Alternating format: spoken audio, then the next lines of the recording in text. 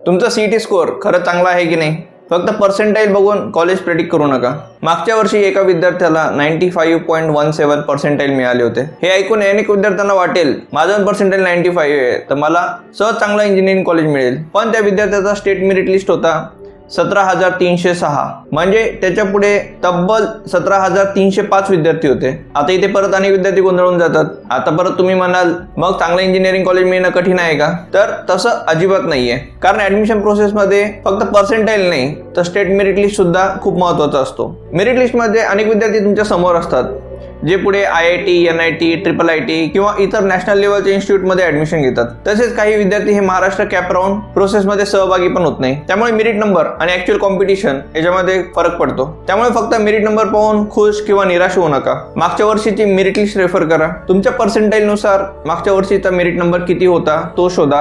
या वर्षीचा merit number हा तुम्हाला कॅप रजिस्ट्रेशन प्रोसेस सुरू झाल्यावरती मिळणारच आहे आणि या मेरिट नंबरचा कॉलेज प्रेडिक्शन साठी उपयोग करा। त्यामुळे तुम्हाला ऍडमिशनच्या संधीचा अचूक अंदाज हा लावता येतो। इंजिनिअरिंग कॅप प्रोसेस बद्दल अपडेट जाणून घेण्यासाठी माझ्या फ्री व्हॉट्सअप ग्रुपला जॉईन करा। या नंबरवरती तुम्ही असा मेसेज करा, तुम्हाला व्हॉट्सअप ग्रुपमध्ये ऍड ही केला जाईल।